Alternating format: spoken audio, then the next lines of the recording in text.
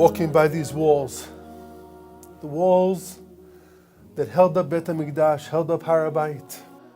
We ask ourselves, when our brothers and sisters are kidnapped in Gaza, and so many of our soldiers, our children, our parents, our grandchildren are fighting so hard to defend the Jewish people, both up north and down south, and all over the world. We have to ask ourselves, where are the shuls from around the world faced? Every synagogue, every Bet Knesset from around the world is focused in one place, Har HaBayit, to Kodesh HaKodeshim, to the Holy of Holies.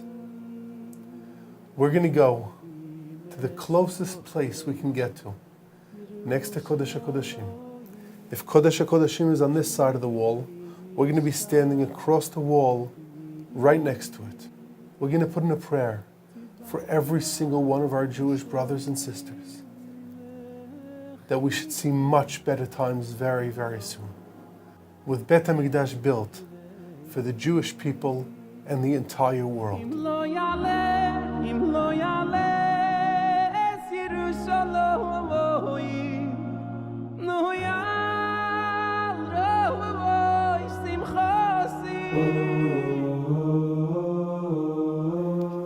I am standing outside Sha'ar HaRachamim.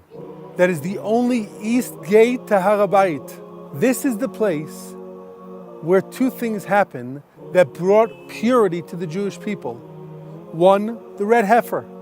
The red heifer was brought out of this gate, and we know that the red heifer ultimately is what brought purity to the Jewish people. The second thing is we know that on Yom Kippur, the holiest day of the year, the Kohen Gadol was standing with two goats, two seirim. One is going to be Chatat LaHashem, being brought as an offering. The second one is going to be sent out of this gate into the desert, to Azazel. Zechariah promised us in the Psukim, Lachen כה אמר השם, שבתי לירושלים ברחמים, ביתי ייבנה בה נאום השם צבקות. Therefore, thus said Hashem, I have returned to Jerusalem, Yerushalayim, in mercy. That means through the gate of mercy. My temple will be rebuilt in it. We believe Zechariah. We know it's going to come, and we want it to come now. Yerushalayim, Harim Savivla.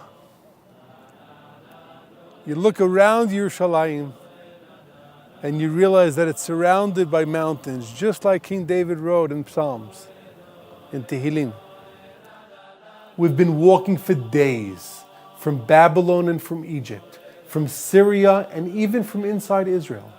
And we're finally just a few hundred meters away from Bet HaMikdash. And here we come, and we see, we could buy fruits and vegetables here. We could buy fish, we could buy baked goods. Very similar to Machane Yehuda today, where you go and you have all these great shops. Then it was on our way to Bet HaMikdash. Machane Yehuda was mountains. It was all central here. Jews from all over the world gathered together in order to come and shop. And they bought what they needed in order to feed their families that came with them, in order to be able to buy offerings, if they didn't have them with them, to bring to Bet HaMikdash. These are the stairs. These are the stairs that our brothers and sisters walked up 3 times a year, every year, in order to come to Bet HaMikdash. And they're coming from all over the world in order to bring their bikurim, in order to bring their offerings of sacrifices, in order to connect to God, in order to connect to the Jewish people. Pesach, Shavuot, Sukkot, everybody gathering together, coming to a market, buying the fruits and vegetables that they want, coming and buying a sheep because that's what they want to offer to God. And the fact that we're able to walk on these exact stairs, walk them up literally from down by the Shiloh all the way up, and bring it to life, bring Bet HaMikdash back to life for us, so that we should know what we're missing, know what we should yearn for. and understand that it was a reality and it will be a reality. As the Beit HaMikdash is burning, the flames are going up, the ashes are going up. Our brothers and sisters, our Jewish people are asking themselves, where do we go? No matter where we go, we're being killed. Blood is flowing down. And we know the Jews even went into the sewage to hide. Brings back way too many memories of many dark times of the Jewish people, even this past year. As our brothers and sisters down south gave their lives for the Jewish people, as they hid from the worst murderers ever. They tried to hide in every way possible, in attics, in ditches, behind trees. And we stand this year with so many fresh memories of what it means to give your life because you're a Jew. Of what it means that Esav soned et Yaakov. That no matter how much we try, Esav will continue hating Yaakov.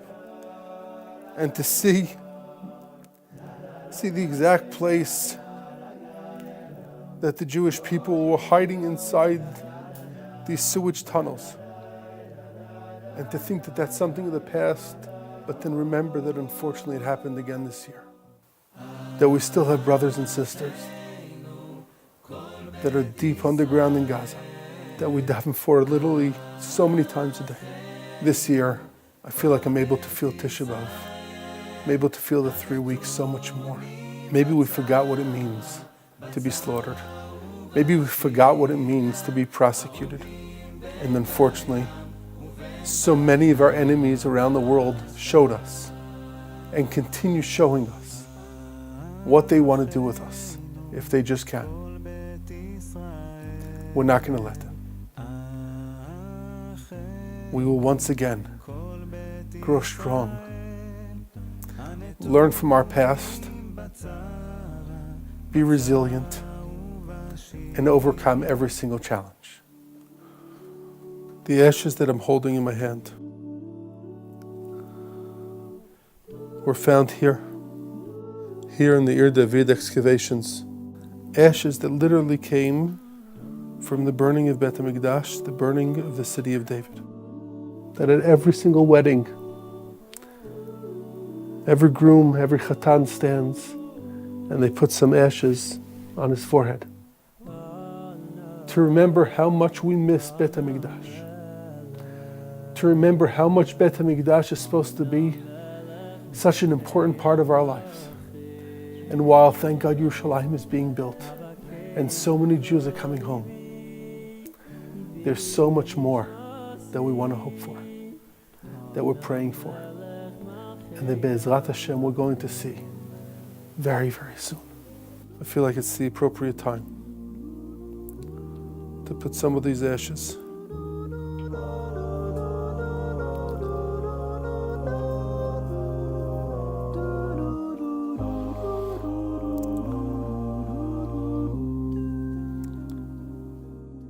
אם אשכחך ירושלים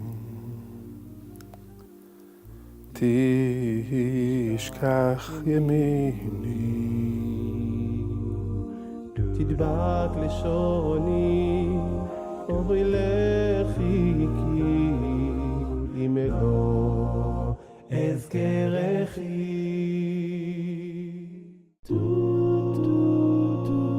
Our sages tell us that when Mashiach is going to come, he's going to stand right over here and he's going to tell the Jewish people, Anavim, modest people, the time for your redemption is here. Higia zman giulatchem. V'im ein atem ma'aminim, and if you don't believe me, then look at my light, God's light, that is shining on the Jewish people. There's going to be a time, our sages say, that we're going to have a rough time believing that we're worthy of Mashiach. And that's the time that our sages tell us we should look at ourselves. Look at the light that is shining upon us. Look at our soldiers. Look at our volunteers. Look at the Jewish people around the world and what we did this year. Look at the light of God, the light of the Jewish people that is shining more than ever. We have done so much for the Jewish people, so much for our soldiers, so much for our displaced families. We look forward to seeing Mashiach Tzidkenu standing up there, making a declaration that Mashiach is here. That stone that we see down there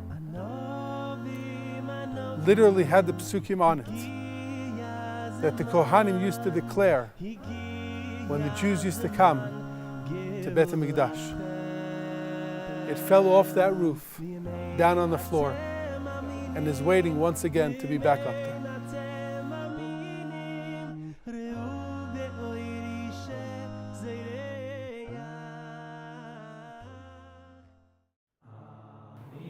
We're standing here at this unique spot as we look at Har HaZitim, the place where our forefathers, our rabbis and our leaders have been asked to be buried for millennia, because they know that the prophecy tells us that the Mount of Olives is going to crack into two, and anybody buried on Mount of Olives is going to be the first ones to follow Mashiach into Har HaBayit, into Temple Mount.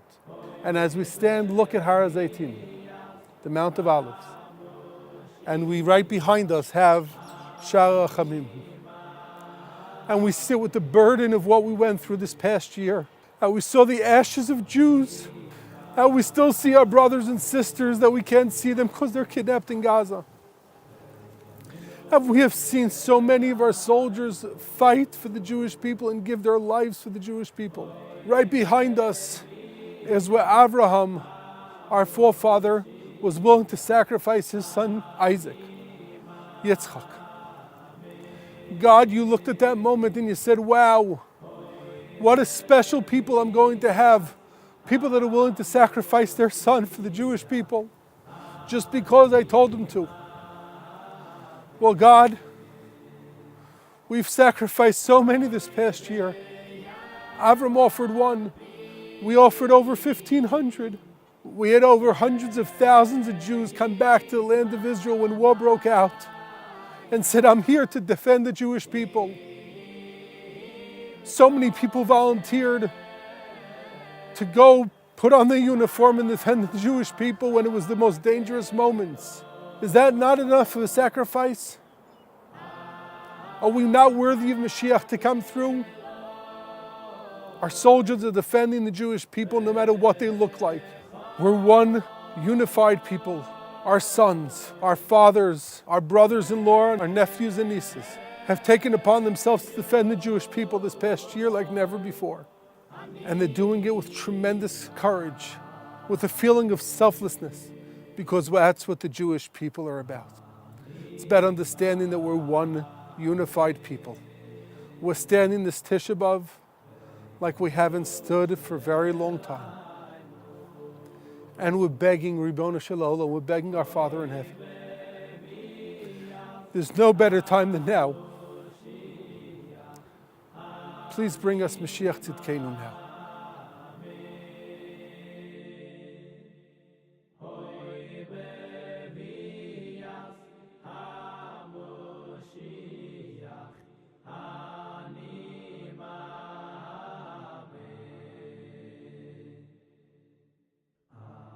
Amen.